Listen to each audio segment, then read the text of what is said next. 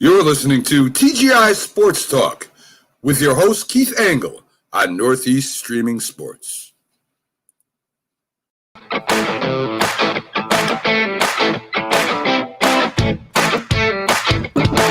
Good morning, everybody. Keith Angle for TGI Sports Talk right here on the Northeast Streaming Sports Network. How are you today? It's about the same here in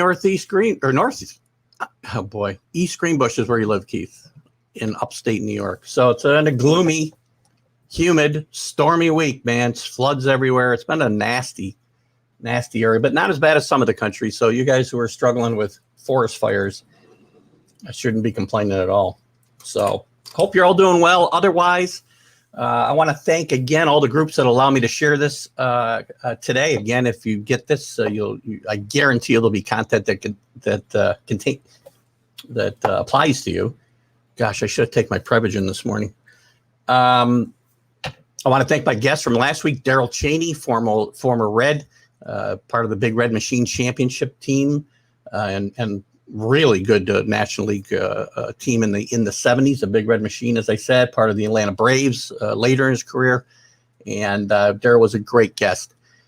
We got some great people coming up soon, too. We've got Jim Tunney, former longtime NFL referee. We've got Doug Flynn from the Mets, the Reds, the Expos. We've got Darrell Evans, former Brave and Giant and Tiger, killed the Yankees. And hopefully Mickey Rivers in the coming week. So lots of stuff to talk about there. But today we're going to have our special guest is Pat Combs, former Major League pitcher with the Phillies, 8 years in professional baseball, 4 years with the Phillies. He was a star at Baylor University. He was part of the first gold medal winning team in the Olympics for baseball. He's a broadcaster for both ESPN and Baylor University, doing the college baseball there. And he's also the author of a book that I have only gotten into a little bit, but I like it. And it's a topic that I really am excited to chat about today with him. It's called More Than the Score, How Parents and Coaches Can Cultivate Virtue in Youth Athletics. And I think it's an important topic for all of us to consider if we have kids in sports, and how sports can affect them positively and negatively. So let's bring in Pat and say good morning, if I can find the right mouse here. Good morning, Pat. How are you? Hey, Keith. Great to be with you. I'm doing great. And yeah, you mentioned all the weather craziness, but it's July. It's Texas. It's hot, but it's okay. We're not having like some of the extreme temperatures we've had in the past. But great to be along with you. Thank you. You know, it's funny. My brother, he lives in Utah now, they've had some bad weather for them the last several years too, as far as fires and stuff go. But he used to live in California. You know, he'd call me up in February when he was in his hot tub when it was, we'd gotten like 2 feet of snow, and he'd say, "How you doing?" "I'm in the hot tub having a scotch or whatever." And I'm like, "Yeah, I'm doing okay, but there's no risk of the earth shaking or my backyard bursting into fire, so I'm doing okay. Thank you." There you go. It's tough, man. The weather is what it is. You cannot do anything about it. So you got to deal with it. So listen, I love having you on today, Pat. Your story is that you have to tell. I think with the book is interesting. We're going to jump around a little bit. I think with your career and the book and the things you're up to today. You started out in Texas, right? Went to Hastings High School in Houston, Texas. When you were getting started here in high school and you're pitching, I mean, did you think you had major league caliber stuff? Was that a dream of yours? And did you think it was a reality? Oh, it was definitely a dream, Keith. I can recall being, 7, 8 years old. My uncle at that time was a big part of my life and was a card collector. And just the excitement he would have as he was unpacking those old baseball card packages and going through the packs and looking at statistics and, talking about his favorite players. And it really, even at that young age, made me think, wow, would it be cool to have my face on a baseball card someday? And I had just casually said that to him one day, and he never forgot that. He chuckled and he said, well, he goes, how difficult it is to get even to college baseball. And much less trying to play professional. But that's a great dream. He goes, you should have that dream, and you should do everything you can to try to get there. But it's just really, really hard. And so years later, as we're reminiscing, as I've got my face on a baseball card, it was just fun to think that dream became a reality. And Keith, I always think of it as a blessing. It's one thing to have a passion in a sport, to try to do everything you can to get there, but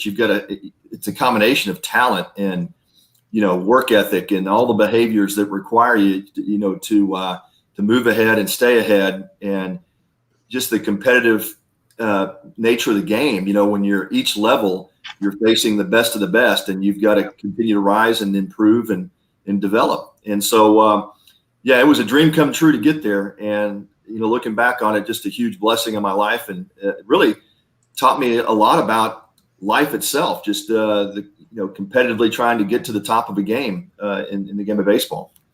Awesome. So in high school, or as you're finishing your high school career, did you have opportunities on the major league level then, or you went to Baylor University, eventually became an All-American and an academic All-American, I believe, too, which is impressive in itself. Did you have opportunities before going to college to go pro? I did. I talked to a number of scouts when I was in high school, and I was kind of a late bloomer. So that between that junior and senior year, really developed, and my fastball got up into the upper 80s. At that time, using the old ray guns, I guess you could say there's some, I don't know, battles among scouts today that, say, well, the guns back then were slower or whatever. But I think I had opportunities, and I really had it in my mind that I wanted to go to college, at least get 3 years under my belt. I took my studies seriously. I wanted to at least get down the road just in case baseball didn't work out. So even back then I was thinking that, the plan for me, being a late bloomer and then getting into the opportunity was going to come. I could wait 3 years in college. And at that time, obviously you could get drafted as a junior like you can today if you go to a Division I school. So, I felt like I needed to develop more, and get the college route was the best for me. Well, it worked out, obviously, because you ended up being a first-round draft pick, which I'm guessing you would not have been out of high school. So, right. 11th pick overall, if I'm not mistaken. So that's impressive right there. Your career at Baylor, you were an All-American, as I said. You're part of the Baylor Hall of Fame, so that's got to be I'm sure, a source of pride for you. So before you ever reach your major leagues, you've got a significant level of success at Baylor, and also in international play in the Olympics. As I mentioned, you were part of that 1988 Olympic team that was the first. It might have been an exhibition sport in the Olympics before that, but I think that was the first gold medal team, right? Yeah, it was still a demonstration sport, 84 and 88, but we were the first team to win it in 88. The 84 team, if you recall, that was the team that, a lot of folks thought would win it in Los Angeles. You had Bobby Thigpen and Clark and Palmieri. You had a slew of tremendous college athletes that at that time, what we heard from the college coaches who coached us, guys like Coach Marquis at Stanford and Coach Frazier at Miami. We heard from those guys that 84 team was considered more talented, but I think in the end they found that we just gelled better. We had a better team, I think, culture, and it all came together. And we ended up beating Japan. Jim Abbott threw a gem, 5-3 in the 88 Olympics in Seoul, and we became the first team to win the gold. So, yeah, Keith, those experiences, playing at Baylor, playing in at that time the Southwest Conference, and then playing on the international stage for 2 summers. I mean, it really prepared me to get to that fast track in pro ball, and playing the level of competition that we did. Like I was the first pitcher to throw in Cuba in 27 years. So we went down to Havana in 87 and pitched in front of 70,000 people, against the Cuban national team, which was like kind of facing the major league lineup at that time. So, and you have those experiences, you have some success there, and it really kind of put me in the mindset that if I did get drafted, first round, second round, wherever it was, that I could get there quickly depending on which team took me. And thankfully it was the Phillies. Yeah.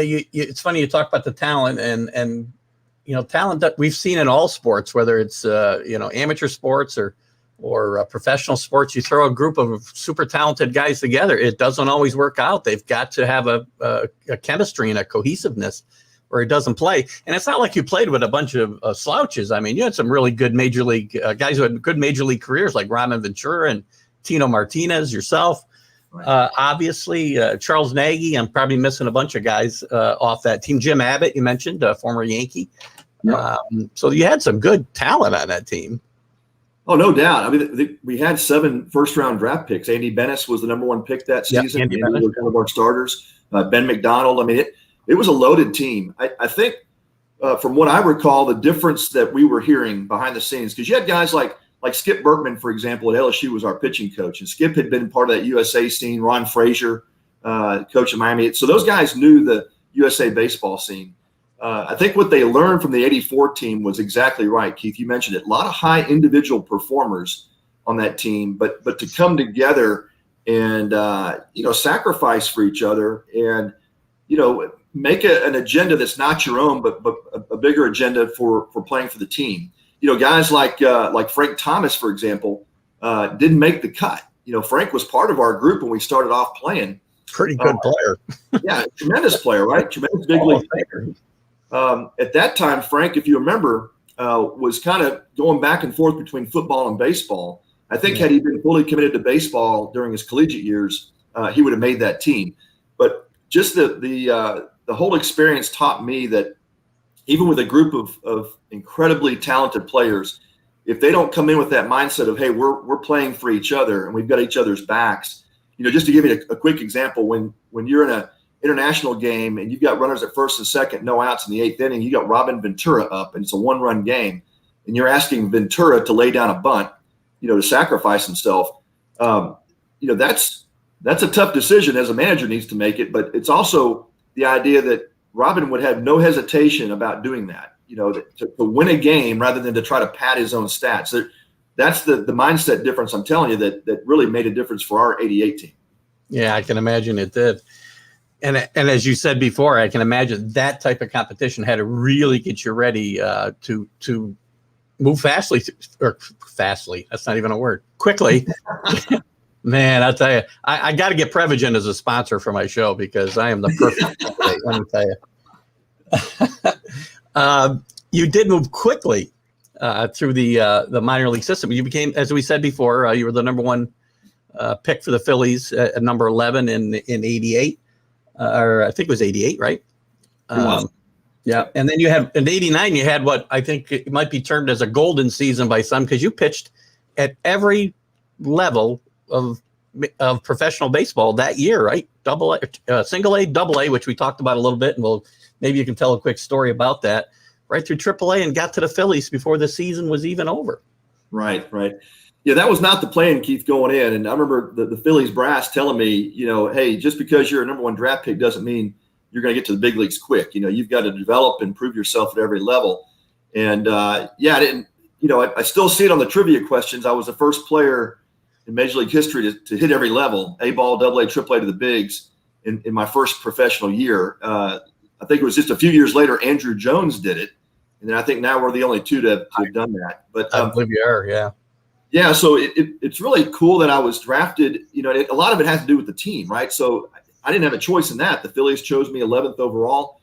It was a perfect time when Philadelphia had, if you remember back in the early to mid 80s, they had some of those great playoff teams and had traded away a lot of their minor league talent to get veteran players, ready for that playoff run. So for me, coming into a system that was pretty depleted, and then at that time in the late 80s, the Phillies really struggling to kind of recapture some of their winning ways. And so a lot of it had to do with just the team I was drafted on. But that 89 season was pretty magical. And I remember starting out in A-ball, I was pretty upset because I'd worked out with the double A team during spring training. Mm-hmm. And then I get stuck in Clearwater, and it wasn't really stuck. It was just the Phillies' way of saying, hey, we're going to take it slow with your development and make sure you can handle pitching at these levels. And so 3 weeks later, I went from single A Clearwater to double A Reading. I spent a few months in Reading. And then it was, I think, probably towards the middle or beginning part of August when the pitching coach, the roving instructor, George Culver, sat down and said, "Hey, we're going to make a move. We're going to put you in AAA, but this is only to see how you're going to handle AAA competition here for the last month of the minor league season. And that'll give us a bearing if we want to start you in AA or AAA next season." Yeah. And I said, "Well, George, what if I pitch well in AAA, will I get a call up?" He says, "No, that's out of the question." And I just remember thinking, okay, well, I'm going to prove to them I can pitch in AAA, and then had 4 really good games. I think I threw 3 shutouts in a row in AAA, and Lee Thomas, the general manager, came down and saw the game, and I think it was Pawtucket when I threw a shutout, 1-hitter against the Red Sox, and he basically said, "Hey, you're forcing my hand," and I said, "Well, it wasn't my goal, but I'll take it." Yeah, you're certainly going to get people's attention when you pitch like that quickly. As you move up the ladder, every place you pitch like an all-star. How can they ignore you? Yeah, it was it was just one of those seasons where everything came together. Coming out of college, I'm so thankful as I look back to my college career. The pitching coach that I had, a gentleman named Sid Hudson. Sid was an old baseball guy. Had been around the game for 5 decades. Had pitched in the big leagues, coached with the old Washington Senators before they became the Texas Rangers, became a scout for the Rangers, and then joined the Baylor staff as he was retiring. And Sid was just the exact man I needed in my life at that time. Not only taught me about how to become a better pitcher, but just a better person, and a better teammate. I can honestly tell you there was a lot of selfishness, a lot of self-centeredness going on with me during my college years. And Sid and I had a lot of long talks about what it takes to be a professional baseball player. And, he invested in me, and just so thankful that I had a guy like that step into my life at the right time. That really helped me not only get polished up as a pitcher, but really more so the mindset of what it takes to be a big leaguer. Yeah. Since you said that, I think we're going to segue a little bit, and we'll come back to your pro career in a second. But I think we'll segue in a little bit. It's funny what you talk about, that maturity and it's not all about me and coming to that realization. I've talked to so many guys who played professional sports. And one guy who really comes to mind that I had on a few months ago is Todd Stottlemyre, who was just a great interview. I don't know if you know Todd, or his story is great, man. He puts out, his book is really good too, The Observer. But just a great guy. And he talks about his transformation from what you're talking about, and his took a little longer, apparently, than yours, but I'm always fascinated by that type of story. And your book kind of speaks to that, in my mind, a little bit, because, we get, and I'm going to bring up a little, I don't know how this will work, but more than the score, as we talked about, how parents and coaches can cultivate virtue in youth athletics or athletes. And that kind of speaks to what you just talked about with Sid Hudson and the influence he had in your life. I just want to tell you a quick story. I've always felt sports as I played when I was younger and did some coaching of my own on a lower level, obviously. But sports is so important to becoming a good person, I think, and learning about life. And yes, I think winning is important, but learning how to lose is a great life lesson for people later on, right? And there's an old adage I remember that uncoachable kids become unemployable adults, and it's more towards being able to put up with some tough coaching and that type of thing. But I think it still speaks towards this. So tell us how this book came about, which I've got on the screen now, and you guys can get it on Amazon, and there's probably other places you can get it that Pat will tell you about. So jump into that a little bit while we're on this topic. Well, Keith, thanks again. I think about the opportunity just to talk about this subject, because it's as you mentioned, as we started off, it's such an important subject today. I mean, so many kids playing youth sports, and it's a tremendous platform for our youth to learn the character traits and the virtues that they need that will last them the rest of their lives. And I think a lot of that goes back exactly to what you said. We can learn so many things on the athletic fields that you have a tough time learning in the classroom. Frankly. And so, this is my love and passion for teaching and mentoring and training.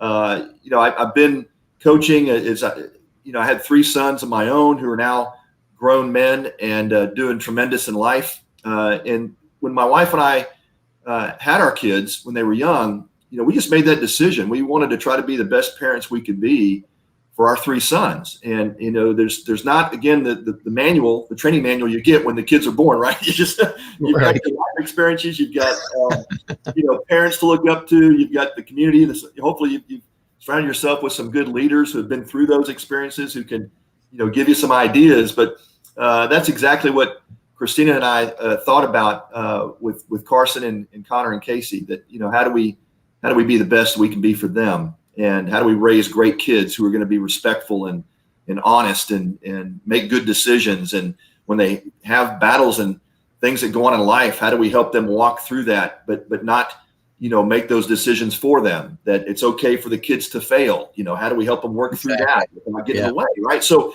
all those things, Keith, that you and I experienced as kids, that's what I wanted to codify in this book. I had a lot of parents saying, when we get to this other side of it, my kids were all really tremendous college athletes. I've got one son now playing in the Miami Marlins organization. He's a catcher in low A ball. And so I just had parents saying, hey, how do we do this? How do we, maneuver through this craziness of youth athletics today? And especially parents who are in select sports, if their kids have some talent, they had a lot of questions about how to work through that, and how do you get your kids into college, and, how do you help them earn scholarships and things. So all that is in the book. And we just decided the focus for us as parents is not how do we help your kid get to the next level. If they've got the talent and they're discoverable, they'll be discovered.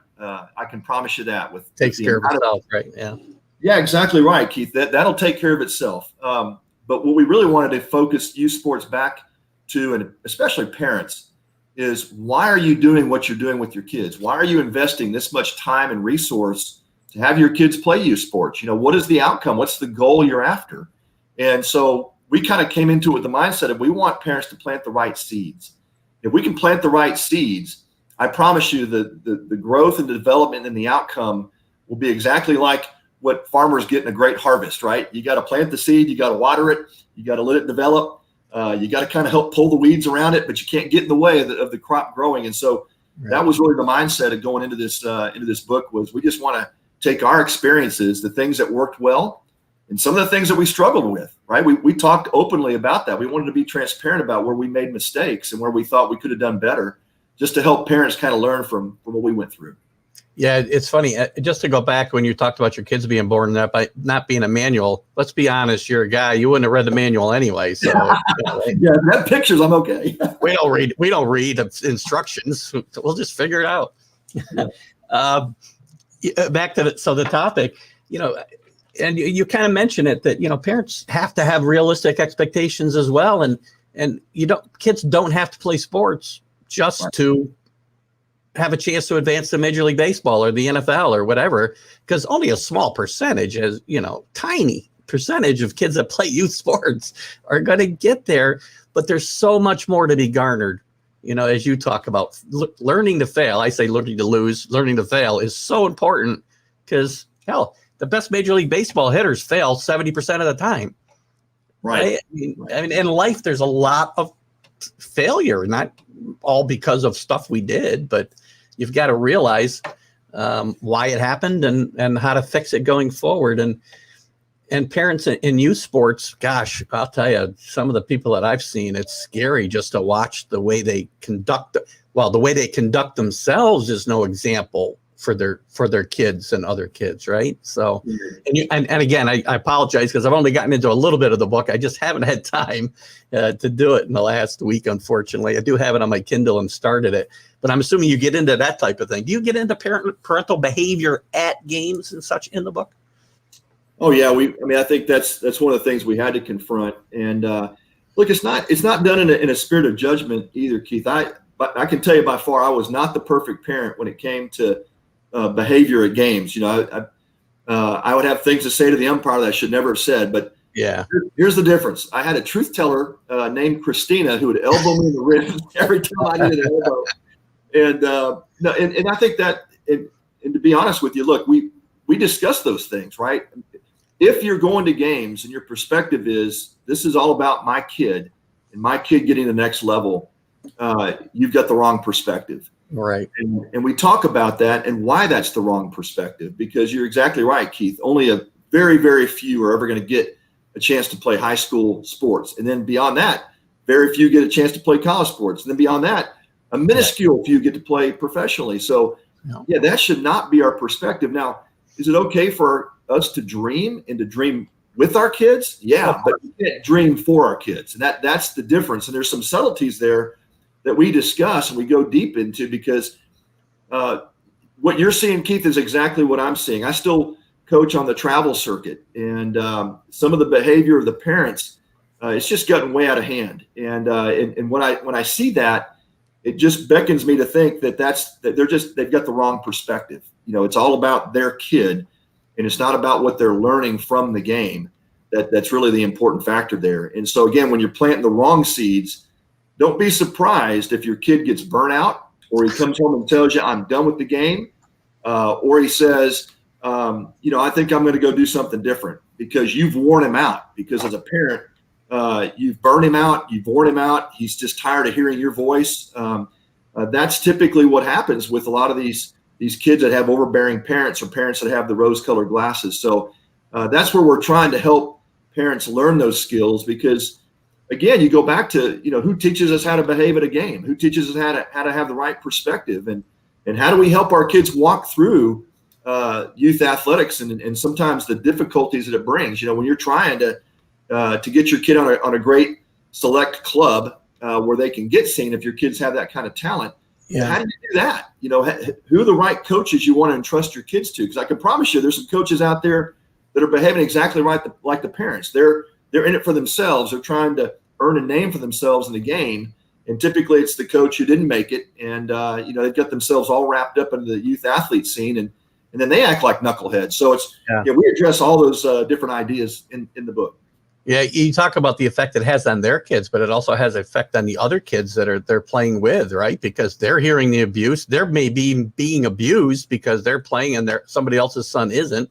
So it has a ripple effect on, all the people surrounding their kids as well. And I did a vlog recently about bad behavior in professional sports when we had a spat of issues. If you may remember when, in a week's time in the NBA, we had Russell Westbrook would get popcorn thrown on him, and a guy in Madison Square Garden, Trae Young, I think, gets spit on by a fan, and racial epithets being thrown at somebody at a Utah game. And I'm thinking, this kind of all stems from, the role models you have as a kid and how they act in public. We have a social contract to teach to treat each other as human beings, right, with some kind of respect. And it's so. I don't know if it's because of the last year and a half of being, home working remotely and not being out in the world as much. But as I've gotten back out there, whether it's on the highways or at ball games, we seem to be going backwards. So I hope that your book is coming along at the right time. Yeah. Well, thank you, Keith. I agree. I think in some sense, the world's upside down. It's like the virtues that we thought were great character building virtues are now being looked at as something evil, and we do. Look, my faith is a big part of my life, and it turned around for me during pro ball. I met some people in professional baseball that had been there, done that, and they led me to discover, the Bible, and as I began reading through that, and wasn't just the virtues and things I learned. It was really just turning my life over to my God, my Savior, and so that has had a huge impact in my life. And I'm not trying to preach that's where your life needs to go. What I'm saying, though, is on the youth sports scene, there are a lot of things that have been turned upside down. And if we want it to get right side up, it's going to be the parents, the coaches, the officials, the league people that put these tournaments together and leagues that make the difference. And when we focus in on the upside down part, I would say, my experience is probably 10 to 20% of people that are misbehaving, that just don't know how to act, and they're making it a more difficult experience for the 80% that are getting it right and trying to do things right. Yeah. So I don't want to just simply focus on that. We also celebrate a lot of the great things in sports that our kids learned. And when I ask my sons, to help me write parts of the book in terms of their experience, those are the things I wanted to impart as well, Keith, was here's some of the things that we did right. Here was the benefits that our kids received. and here are the outcomes. Here's what's happened now with their lives. And we want to celebrate that because I've got 3 sons who I think learned a lot of difficult lessons through sport. And, for my oldest son, it took him a little longer to kind of get it. But man, just seeing now the success he's having in life, the kind of man that he's become, the fact that he loves people around him.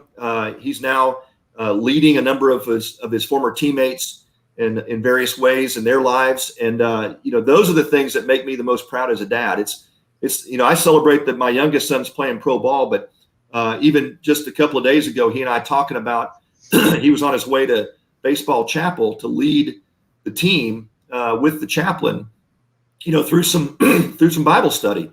Yeah. The things that those young men are learning that it's going to last the rest of their lives in terms of how they're going to become great husbands, great fathers, great leaders in their community. Those are the things, Keith, that I celebrate. Yeah, that's awesome. And again, this book comes along at a great time. I can't wait to read the rest of it. You mentioned real quickly before I kind of circle back again, my stream of consciousness here. You mentioned, 80% or maybe even more, who knows, of the people are doing things the right way and the kids are doing the right way. But again, the world we live in today with social media and whatnot, the loudest voices get heard, right? And what we hear is more negative. The negative stuff drowns out the positive stuff. That's why we need more of this. That's why I try to do a positive show and not dive into a lot of negative stuff. I do a little bit in my vlogs of things that tick me off, like people's behavior. But my shows, I try to keep upbeat because we got to find a way to drown out that negative noise, So this is a book is coming along. I know it came out a year ago, but that's why I wanted to get out and promote this for you. And I will put it up on the page, a link to where people can pick it up too. So good job. Thank you, Keith.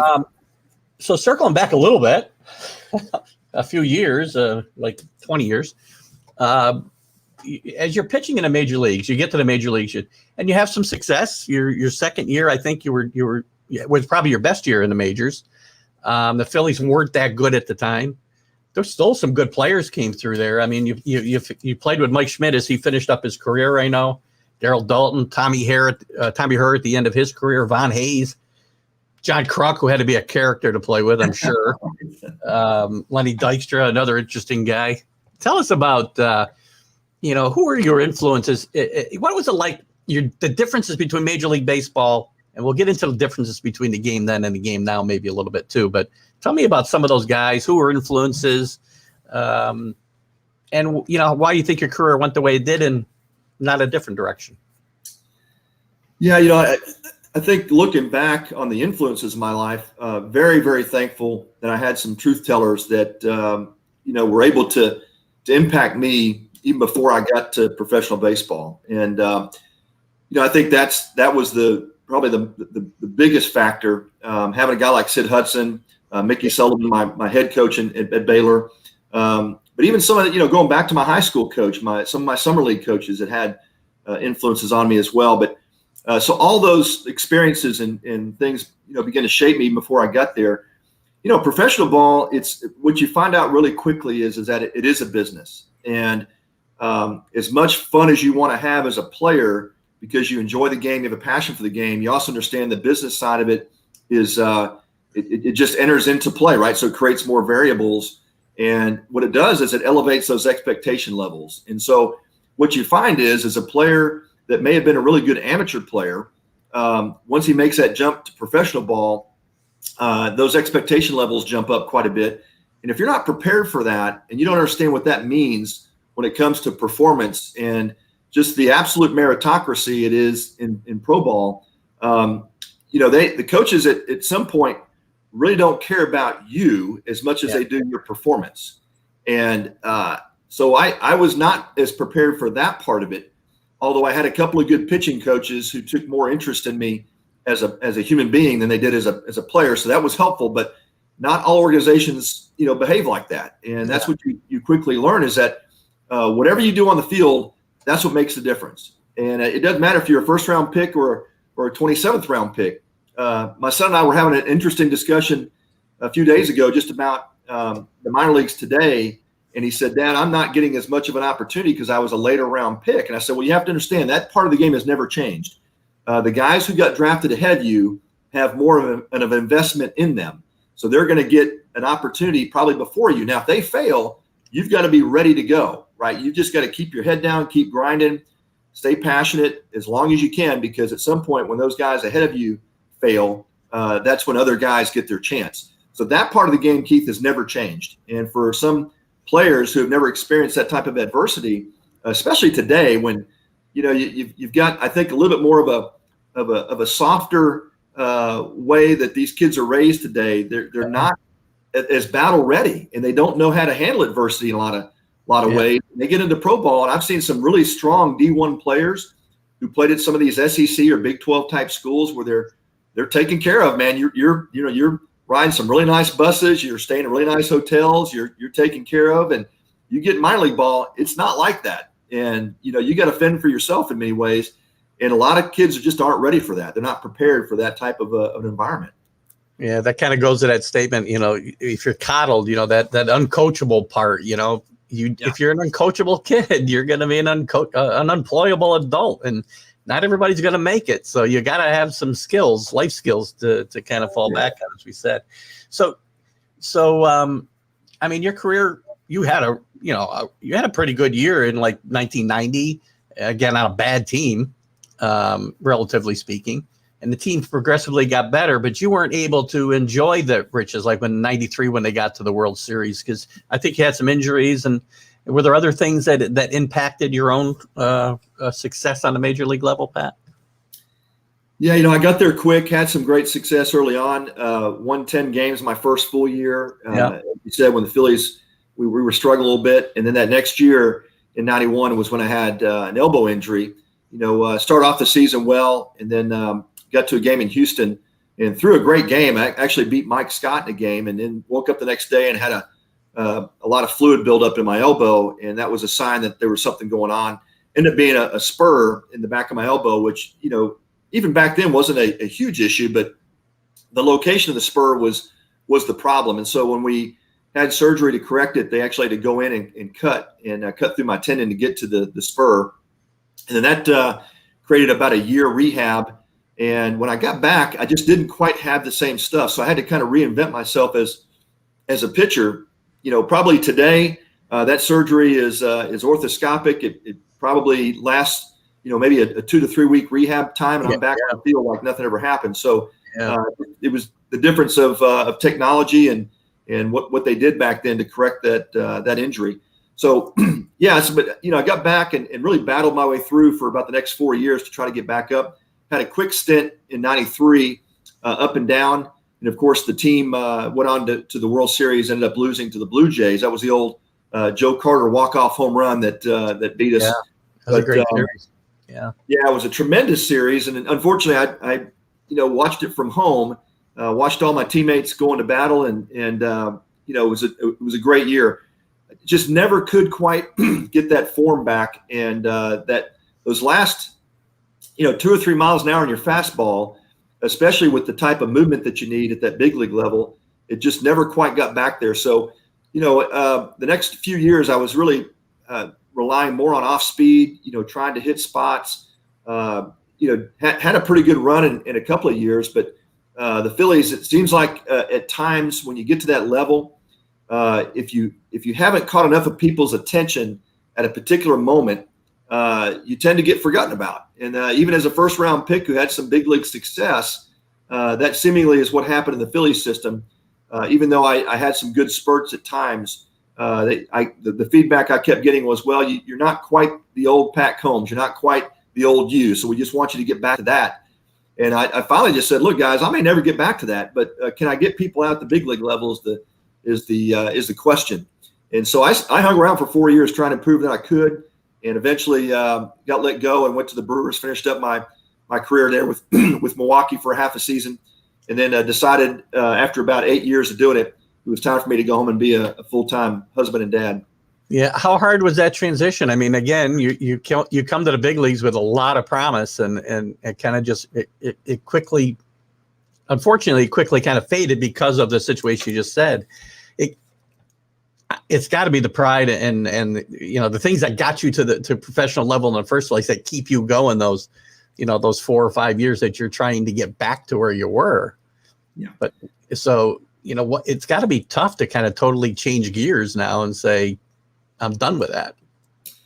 Yeah, it's a challenge, Keith. I think for any pro athlete or any athlete that goes through sport, that when you think back when I started playing baseball at age 5, right? It's like that's the thing you've done for your entire life, and then all of a sudden it's over. And you never expect that day. You think it's going to happen at some point, but your mindset as an athlete is that you're going to do everything you can to elongate your career. And that was the mindset that I had. And looking back, I think there was 2 things I can reflect on that have allowed me to move on, and I moved on pretty quickly. One is that I did everything I could, physically, mentally, emotionally, to get back to the big league level, and it just didn't happen. So you have to understand there's a lot of variables that go into that you don't control. But I focused on the things I could control, and looking back on it, I did everything I could. I look back with no regrets, knowing I did everything humanly possible to get back there. I think the second thing is, Keith, leaving the game, I really leaned into my faith because as an athlete, that's I think one of the most difficult things is you look at the foundation of your life. If it's built on what you're doing and that's where you find your value and that's who you believe you are through the game, boy, it's a real struggle when you leave it because all of your identity is tied up into that game. And that's where I've seen a lot of players really struggle and fail and turn to other things like alcohol or drugs, and then they end up screwing their lives up. Get divorced. They don't have relationships with their kids. There's a lot of that in pro sports. So one of the things I talk about, Keith, in the book is that as much as we want to dream with our kids to become great pro athletes, well, you really got to be aware of some of the dangers as well. And where do you place your faith? Are you placing it in the things of this world that won't last, or are you placing it in God that when you go through that transition, you've got a community of people that will surround you. You've got, I had a church family. I had a home group my wife and I were part of in Sugar Land, Texas, that really made a huge difference in our lives as we walked through that transition. And of course, I had a great education background. I was able to go back and complete my school. I left Baylor as a junior, but finished up my degree. So I had that as a plan B as well. So there's a lot of things there that occur, but athletes are never really looking at the end. They're always looking at how do I elongate that? And if you're not prepared in some way, well, this world can eat you up. I think it's more that way today too. Actually, before I go on and finish wrapping up your major league career, I want to talk real quick, just for a few minutes, about the difference in the game today. I recently have, again, one of my rants and one of my vlogs was about this whole Rob Manfred is not my favorite guy in the world and what he's doing with the game today. And I'm not sure about your opinion, but one of the things is all this influence, all this access, or I'm sorry, what's the word I'm looking for? All the focus on offense, right? Every rule change or change in baseball in general since 1968 has been in favor of the hitter. They lowered the mound. The ballparks got smaller. The ball got harder. The bats got harder. The players got bigger. The DH. But the pitchers, whenever the pitchers look for an edge to help them just survive, we take it away from them. And this whole rigmarole now with the foreign substances, I think is just way overblown because Rob Manfred and the powers that be don't want 2-1 baseball games. That last game, and I don't know how closely you see the Yankees these days, but Garrett Cole's last game before the All-Star break, if you didn't think that was a great baseball game, 1-0, he goes 9 innings, which never happens anymore. Right. And tells his manager, get out of here. I'm not coming out of the game. When guys are usually looking to come out, they're looking to the dugout to come out after 90 pitches. If you don't think that's great baseball, then it's like maybe that's not the game for you. Yeah, what do you think about some of that? Yeah, Keith, boy, you hit on so many subjects there that there's a lot. It's another whole show. I know. It would be a great show. And I love what you said there about Garrett Cole. Yeah, that was to me one of the best baseball games of the season. We've seen, of course, a number of no hitters, and as a fan, I know as a player, I got to see 3 of them. If you don't enjoy watching that type of a game, Oh my gosh, yeah, you're right. You're not a baseball fan, right? Because Right. rarely do you get to see a no hitter. So yeah, watching that and watching the way Garrett handled it, I just thought that was so great for the game of baseball. And you're exactly right. It's that when you start messing with the traditional side of it, it's not just messing with traditions, but it's, you think about the effect on the record books and all the things that you want to measure to find out who are the greatest players of all time, and who performed well under pressure and in big time games. I mean, all that stuff gets changed when you start introducing these different types of rules. Now, I get it. If they're looking at polls and surveys and they're getting back that the fans want to see more offense, I understand that. But then every time you change something, there's going to be these unintended consequences that a lot of folks I don't think fully think through at the top. And to have all that power in the position with the commissioner, I don't know what kind of input he gets from the ball clubs or whatever they're looking at, but yeah, I just think it's really dangerous what they've done to the game last few years, and now I see that they're going to reverse some of these rules. Yes, that's good news. Yes. Yeah, so that hopefully will change the game again for the good. But yeah, I just think it's craziness to think that if a fan goes to a game and wants to be there for 4 hours to watch a 12-10 game, if I can go and watch a 2.5-hour game and these pitchers are in a battle and they're just having a back and forth pitch by pitch moment type of game, I mean that's as exciting as it gets. I agree, and I know there's a segment out there that don't agree with us, unfortunately, because it's the ESPN. I shouldn't say ESPN, but the Sports Center mentality, I call it, right? And it's the way the game's played, and another whole show. Maybe we'll have you on for that roundtable when I finally put it together. That would be fun. More of your work after baseball. I want to start first with your association with Tom House and working with Major League Baseball pitchers and quarterbacks, NFL quarterbacks. I remember this story years ago when Tom House, who had a long Major League Baseball career and a good career, and I don't want to belittle his career by saying his most famous moment, if I'm remembering this right, he caught Henry Aaron's 715th home run in bullpen in Atlanta. So I don't mean to diminish his career at all, but that was a big moment, I'm sure. But after baseball, I knew he got involved with NFL quarterbacks, and I thought that's an interesting transition from a Major League Baseball player to working with NFL quarterbacks. So how'd you get involved with Tom, and what is that all about? Yeah, it goes back 23 years ago. When I left the game, one of the questions I had, Keith, was especially playing for the Phillies. You mentioned some of the characters I got to play with, and great run. Had a fun time with that group of players, but also look back, and a lot of the things that made them successful were the things that led to their demise personally, and also to our team. Yeah. A lot of the out of control types of behaviors that you start looking at the behavioral side of the game, and you start thinking of some of the things that make players really successful, living on the edge, and in that competitive part of their makeup can sometimes lead to some really negative things. And so my questions were behaviorally, how do we help identify some of these things with players to help them, whatever constraints they have, how do we help them become more aware of it? How do we help them grow through it? Those are some of the questions I had leaving the game. Well, when I left, I came across a gentleman who was doing executive coaching, and he took me through a behavioral profile assessment and quickly identified my key behavioral strengths, as well as the things that he felt would hold me back as I was making a transition into business. And it was really a really cool process, but I thought to myself, wow, this is like needed in sports. So I asked the gentleman who ended up now, I work with him, I've been working with him for a long time, a guy named Flip Flippin. Flip is he really is kind of a guru of education and leadership training and development with corporations. But Flip allowed me to take that profile and show it to Tom House. I'd met Tom through Nolan Ryan. If you remember when Tom was the pitching coach of the Rangers, when Nolan got traded from the Astros to the Rangers, Nolan credits Tom with extending his career by 10 years. And so I was always interested in Tom's processes, kind of followed the Nolan Ryan Bible of pitching, and did his same training regimen. And then when I got my hands on this profile, I took it out to Tom and said, Tom, what do you think of this? And his eyes opened up after he took it himself, and we talked through the data.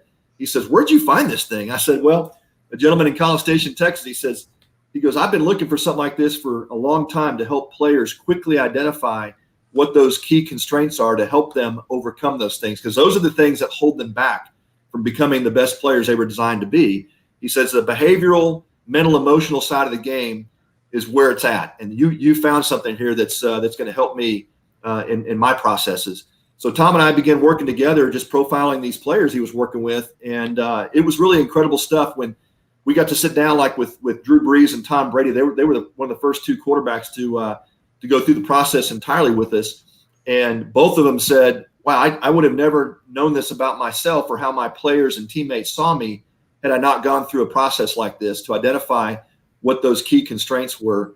So it's really fun to watch the development of those players, even young in their careers. Of course, went on to have incredible careers. Yeah. But that's the tool that we use with all of Tom's clients. That's awesome. And what about Teamalytics? What is the your association there, and what is the mission there? Yeah, really, the mission is to bring out the best in people, Keith. So we come in and do development with leaders, and what we're trying to do there is obviously help them become the best leaders they can be, but also help them develop their teams. You know, when they become more aware of their behaviors that are working well versus the things that are getting in the way, then they quickly say, how do I extrapolate that to my team? And Yeah. so it all comes around the idea of, you know, from my perspective, when you look at behavior, that's the thing that turns the dial. It's not about personality. You know, I've taken all these different tools over time just because I've been in this field for a long time, but it really comes down to the behaviors that we're doing or not doing that are going to make the difference. And so this tool, this process quickly helps leaders identify what are those things that are working well that we want to continue to leverage up, but what are the things getting in the way that we need to pay attention to. So it was kind of a side career for a long time, and then it became more part of my life. And so I've been working with Teamalytics now for over 20 years. It's been a lot of fun. We've seen some great teams develop through our processes. And then also, obviously, work with my son in wealth management. So we've got a practice, Combs Capital Partners. We've been doing this for a long time. I worked with Morgan Stanley for about 13 years, came out of there and opened up my own wealth management firm. So all the behavioral side really blended well with the wealth management side. That's typically where people get in trouble when they overspend, don't budget right, don't save enough. Right. So it all kind of went hand in hand. Awesome. So you've done a lot. I mean, you've given a lot back, obviously, after your major league career. And I think that's awesome the way, I mean, you're still coaching high level youth teams, right? Yeah. You know, the book and these other endeavors are all really great virtuous mission that you're on, I think. And I think it's awesome that somebody like you is giving this back to others. Listen, before I let you go, you told me, and I almost forgot, you know, during your minor league career, you passed through Reading here in that golden year, which played the Albany Colony Yankees, which I live very nearby and went to a lot of those games. A lot of great players came through there, like Bernie Williams and a lot of those great Yankees from the 90s. But you told me a story briefly before we went on the air, so about your an encounter you had here at I can't remember the name of the stadium now, but against the Albany County Yankees when you were playing minor league baseball. What was that about? Oh man, yeah, we were just kind of reminiscing about my time coming through there with the Reading Phillies, and yeah, so we played Albany. It was probably midsummer, if I recall right, and so it was about that time Deion Sanders had made the decision to try baseball. Yeah. And Yankees brought him in. They quickly got him through single A into double A. And that's where we faced off one evening in Albany. And it was one of those just great nights. I had my great stuff going and had a no-hitter going into the seventh inning. And I'd struck Deion out a couple of times. And, you know, I probably to no fault of his own, not probably understanding the unwritten rule of baseball, but you get late in the game, a pitcher's got a no-hitter, you don't try to bunt to get on, right? And he's leading off the seventh. So we were winning the game. I had a no-hitter going. He had struck out twice. He just decides at that moment to try to lay a bunt down, and he fouled it off. And the next pitch, I buzzed his head and knocked him down.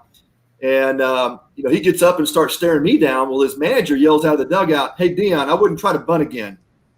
And so the message was, hey, you don't do that when the pitcher's got a no-no going into the seventh inning. So just kind of a fun little story what happened with Deion. The funnier part is years later, here as I moved into the Dallas area, and Deion settled into a little town called Prosper, just north of Dallas. He invited some friends of mine to a Christmas party and said, hey, you can bring a couple of guys if you'd like. So I get invited to Deion's Christmas party and tell him that story years later. And would you believe it, Keith? He remembered that story. He goes, you were the guy. And I said, yeah. He goes, man, I remember that fastball coming at my head like at 93, scared the dickens out of me. He says, well, he had another word for it, but he said, he goes, I'll never forget going back to the dugout, asking why that was inappropriate. And my manager explained that to me because I'd never heard that rule. I'm not supposed to bunt late in the game when a pitcher's got a no-no going. So we had some fun talking about it. But, yeah, you just never know, right, in your sports life, those types of moments and things that happen that you can relive years later with a guy like Deion Sanders. The world's a lot smaller than we think it is, right? Right. And it's funny you talk about the unwritten rules. I mean, if something happened like that today now and you buzz somebody, now you're the bad guy because you're just sending a message to a guy, don't do that. But again, another way the game has changed a bit. Everybody gets all up in arms about anytime the pitcher tries to take back his territory and such. That's right. Frustrating, man. Did you have any aspirations of coaching on a higher level than where you are now when you got through with baseball, coaching or managing yourself?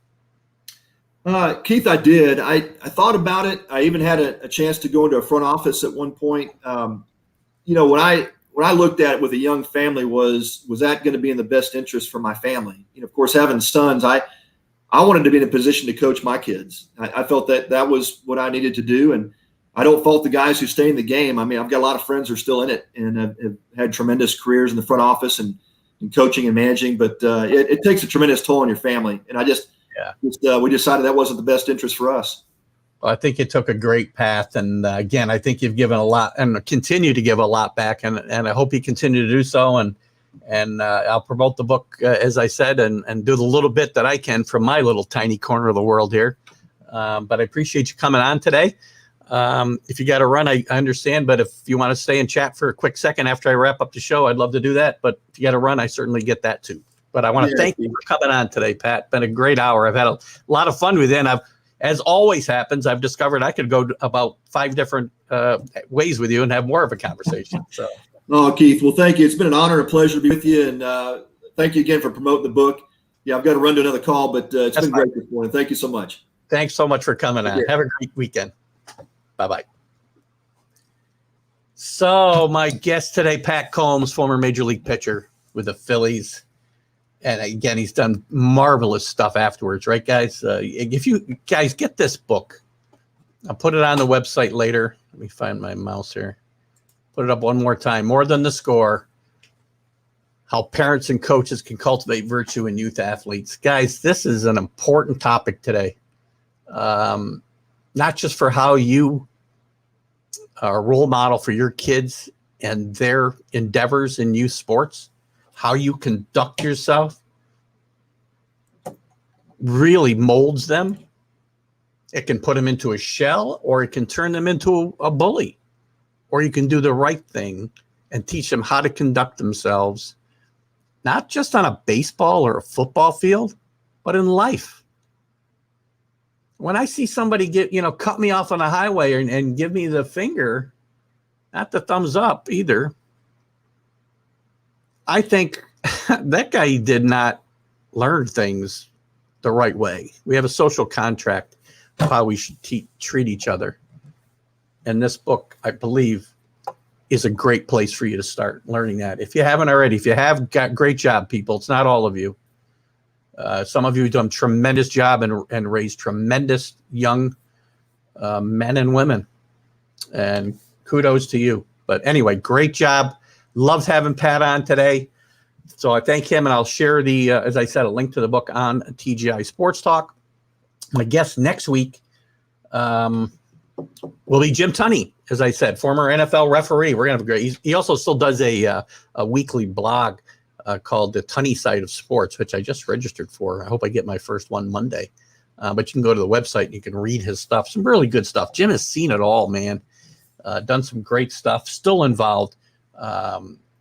today with some of the major professional sports. So join us Sunday for our live Stream of Consciousness show. We got a lot to talk about in Major League Baseball with the All-Star game and those atrocious uniforms.